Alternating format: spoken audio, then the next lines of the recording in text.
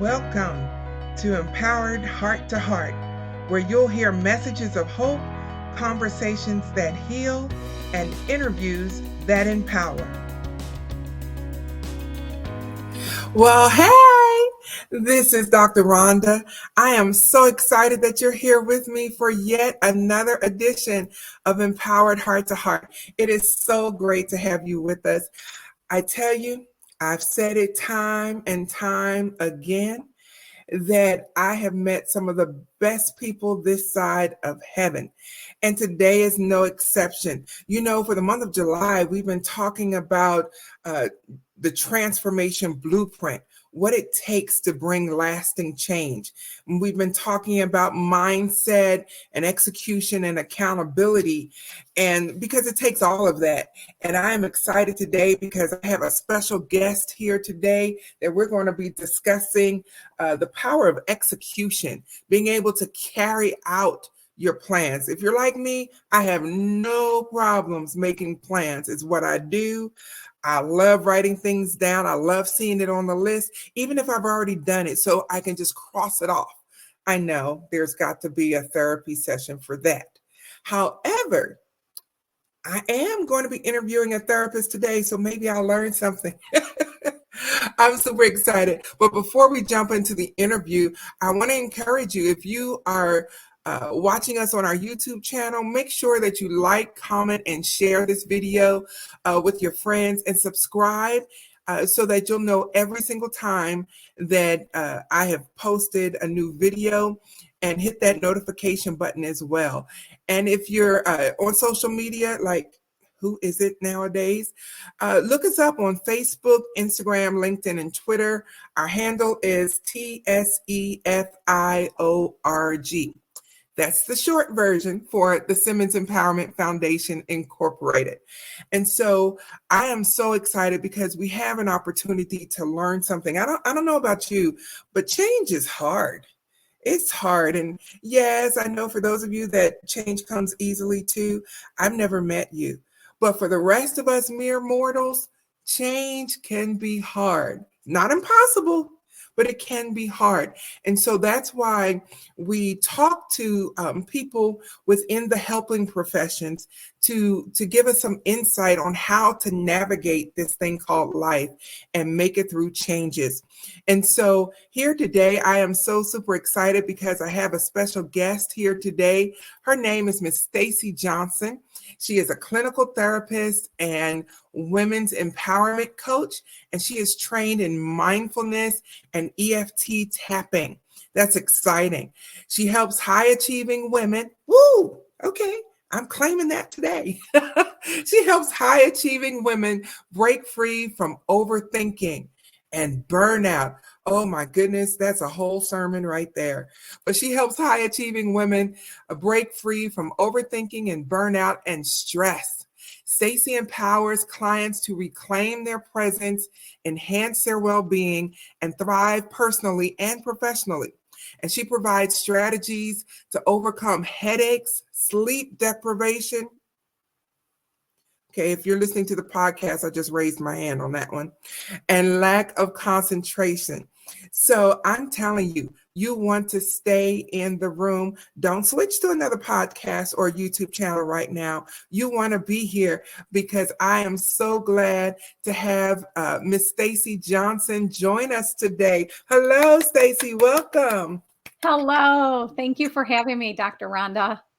Oh, I'm so glad that you're here. I know you have a very busy practice, and so I appreciate every minute that you have to spare. Thank you. So I just have to ask, how did you arrive at this specific niche in your career path? How did you get here?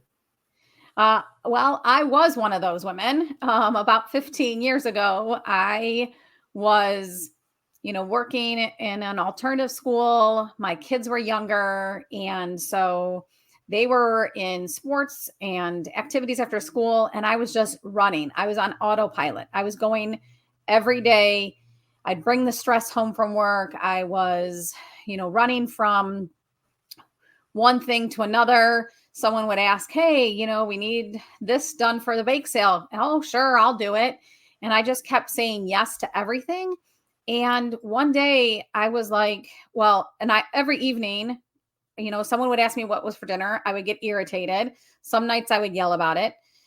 Kids would say, "Oh, I forgot I need this assignment done, or I need this for tomorrow. Can I go? We need to go to the store." Oh, and I get all irritated and mad. And I would yell more often. My husband asked me, "Why are you always angry?" And I'm like, "I'm not angry." And then I started seeing my kids not respond well to stress. And then I realized that, like, oh, I'm not doing well in modeling how to manage stress and burnout and being overwhelmed. So I took a look at myself and I went back through all of the trainings that I've gone to be a therapist. And because I have to renew my license every couple of years. So I went back through some of my trainings and I was like, oh, I'm a high achieving woman and I need to take a step back and take some, do some inner work to stop this cycle. And so I did. And then I started, helping some friends of mine with it. And then a couple years ago, my husband passed away and I started doing some clinical work to bring in some extra income for us. So I was doing some telehealth. And every woman that was coming to me was the same description.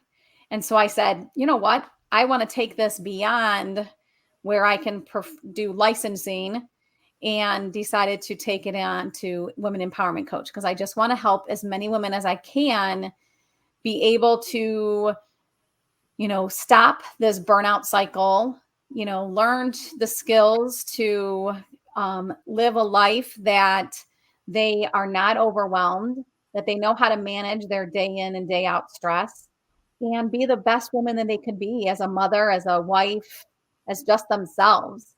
And so that's where I'm at. Oh my goodness. Wow. Wow. And wow. There's so much going through my mind right now, Stacey. You have no idea how much I can relate to every single word you said. Oh my goodness. Because I think as women, it's kind of in our DNA to be Wonder Woman. I guess we figure, if we can carry the babies within, we can carry them without, and, the groceries and our purse and, everything else, and not drop a single thing. Right. Right. Oh my goodness. Well, first, I do want to say I am so sorry for the loss of your husband. I can't imagine the grief that you have experienced and probably continue, because grief is not something that you just, have a set time to deal with and, okay, I'm over it. There is no over it. Right. Right. And so I am sorry for that. But I love how resilient you are. How did that resilience keep you going during your years of grief, with your children and everything else? That is a very good question. And I think it's all the training that I did do, and I got myself, because, I was grieving, but I didn't allow the anxiety that kind of goes along with, because underneath the grief, there's all these other feelings. Mm-hmm. And, I started to question, sometimes I was like, what if? And then I'm like, wait, no, you're not doing that. You're not doing that. And I would stop myself, and I was realizing I was resilient. And I think it was because I have done all that work and I had the skills to stop some of these overthinking thoughts in its track. I really took a look at things that I can control and things that I couldn't control. And then I also allow myself to sit with the feelings. My feelings are okay to have. Let me sit with them for a minute and recognize like what thought is, like bringing that feeling to the forefront, mm-hmm. and then deal with that. So I think it was all the skills that I had. And then I also use a lot of my self-care techniques. I went back into exercise shortly after he passed away. I do deep breathing during the day. I meditate. I start my day always, I kind of bookend my day. So I start my day with a gratitude check. So I kind of identify 3 things that I'm grateful for. And at the end of the day, I recognize 3 things that I accomplished, big or small, and so starting those kind of routines really helped me get through each day. Yes, yes. You know, uh, your description alluded to the broad term of mindfulness, and I saw that in your bio.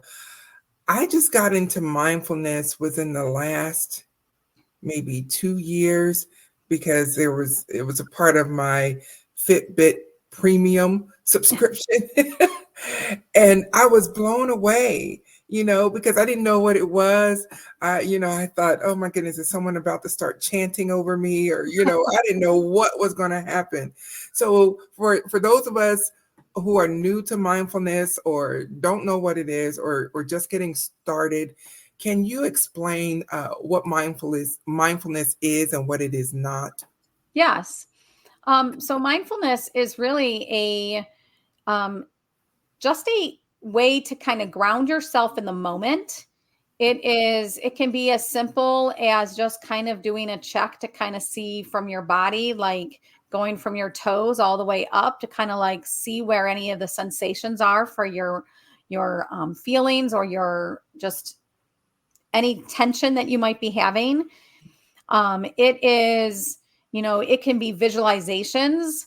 And, I always use this one because it's so simple for people to like really use it because we're all familiar with our senses. And so using senses to kind of help you ground yourself. So taking that moment to be like, okay, what do I see in the moment? What do I hear? What do I smell? What do I taste?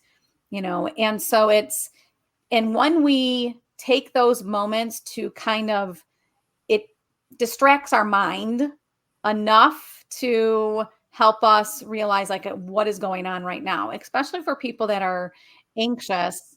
Their thoughts come in there. I mean, well, all of us do. We have like 64,000 thoughts a day, and up to like 80% of them are not helpful. And so if we are overthinkers, those thoughts can really get in the way of us making decisions, concentrating, focusing on other things. And so mindfulness allows us to focus on what is going on in that moment versus all the thoughts that may be coming in from the past or these future thoughts of like, what if? And so mindfulness gets ourselves grounded. And so, like, taking that moment to just, even, I tell women that, especially since the pandemic, we seem to have more people working from home and there's no division between like work and home. And we're not necessarily maybe taking those lunch breaks that you used to maybe take when you were in a brick and mortar building. So taking that moment to get away from your desk, stepping outside and taking in the sounds of the birds, the trees rustling, the sunshine on your neck, you know, the wind blowing, anything, the smell of grass being cut, all those things can kind of get you grounded in that moment. And then you clear your mind of the things that you may have been overthinking. Yes. Oh my goodness, that was fabulous. And so in the introduction to our podcast episode today, I talked about how change is hard, not impossible, but hard. Mm-hmm. And you indicated that with all that you do, between mindfulness, execution, and accountability, you thrive in the field of execution. So, how do we break cycles to start something new? I mean, because I think it may be safe to assume that the majority of high achieving women, we want peace, we want balance, Mm-hmm. but how do we break the cycle? Yes, it's consistency. It really is consistency. There's because right now, a lot of us run on autopilot. And that autopilot is typically our subconscious part of our brain that's doing the thinking. Just like when you learned how to brush your teeth when you were a child, someone had to teach you how to do it. And then as you got used to doing it because you did it every night or twice a day, you don't think in the mornings when you brush your teeth, okay, I need to go this way, I need to go that way. It's the same thing. It becomes a part of your routine.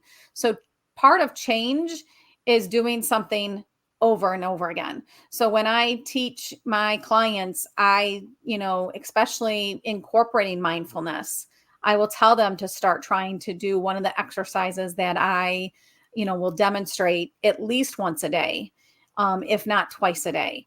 It's just change. Again, change is hard, but it's consistency. And over time, those become part of our routine. And now that's part of our autopilot. But there are autopilot that makes us feel better. Yes, absolutely. You know, in the broad field of the helping professions that you and I are in as coaches, it's very easy to take on the burdens of your clients if you're not trained in how to not do that. And so, in all that you went through in your personal life, how did you know you were healed enough to help someone else? That's a good question. I don't know if I've ever really thought about that. But I mean, I have my own ways of kind of decompressing from the day. So when I, turn off the computer or say good night to clients, I take care of myself. I will do some deep breathing before I kind of exit my room, my office, and before I go into, dealing with my kids or taking on, since my husband's passed, there's so many more household chores that I've had to take on. And so, I've just the self-care for myself, so I do really try hard to practice the things that I teach to my clients in regards to self-care. I am a huge fan of self-care in regards to either just taking deep breaths, going to my exercise class, because self-care does not have to be all about like manicures and massages. It's incorporating something that brings you joy at least 5 minutes a day. And so I will practice my own self-care. That's wonderful. That's wonderful. Wow. I tell you, Stacey, you are an amazing, high achieving woman. Thank you. And I really appreciate you being here today.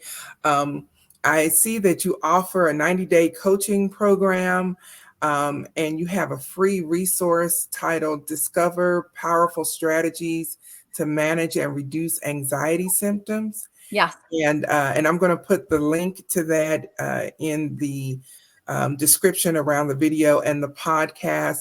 And this is a free resource that anyone can access. Is that correct? Correct. Oh, wonderful. That is wonderful. Well, as we wrap up this session today, Stacey, I have two questions. Sure. My first question is, the word empowerment is one of our core values. And I always like to ask our interviewees, what does that word mean to you? Empowerment to me means, being able to just achieve and, thrive, just being a better person than you were yesterday. And so I give you the skills to kind of just be that better person than you were. That's wonderful. That's wonderful. And if you could send a letter to your younger self, what would it be? What would you tell her? I would tell her that learn the skills before you have children, and before you had all these things. I wish I would have done the things that, because that is one of my regrets, is that I spent a good quality of my parenting, my younger children's lives, irritated and frustrated and overwhelmed, and wasn't taking care of myself enough, that I demonstrated poor communication skills, poor just not managing my stress well. And so I wish I would have learned, went back and used all my trainings in, my early 30s. Okay. Well, that's good. I tell you, we all could sum up so much of our lives by saying, if I knew then what I know now. Right. Right. I tell you, and I am convinced that we all will make that statement at least 3 times between here and the nursing home. Because I tell you, I could just look back at decisions I made, things that I did, and I remember working. I think I'm still a workaholic, but I remember working overtime till past midnight, just, Mm-hmm. yeah. And Yeah. for what? Right. Right. Yeah. For what? And so I am so excited that you were able to be with us today, and to share some insights about the power of mindfulness and self-care and consistency in those things. Those were my big takeaways from what you shared today, because I'm guilty of starting things, but the consistency piece, I'm still working on it. So I'm glad that there are great coaches like you to help us, and I really appreciate your time. And if you'll hang out just for a few seconds before, as I wrap up the episode, I'll be right back with you. Okay. Thank you. Thanks for being on the show. Wow, that was so powerful. Listening to Stacey talk just made me want to hear more, and made me want to dive deeper and find out what else can I be doing to make my life simpler and easier. Because the one thing Stacey didn't say is that with all of these strategies that she has in her toolbox, so to speak, to share with us, none of them are going to keep life from lifing. None of them are going to keep things from happening to us. Life is life, and we will all face crises from time to time.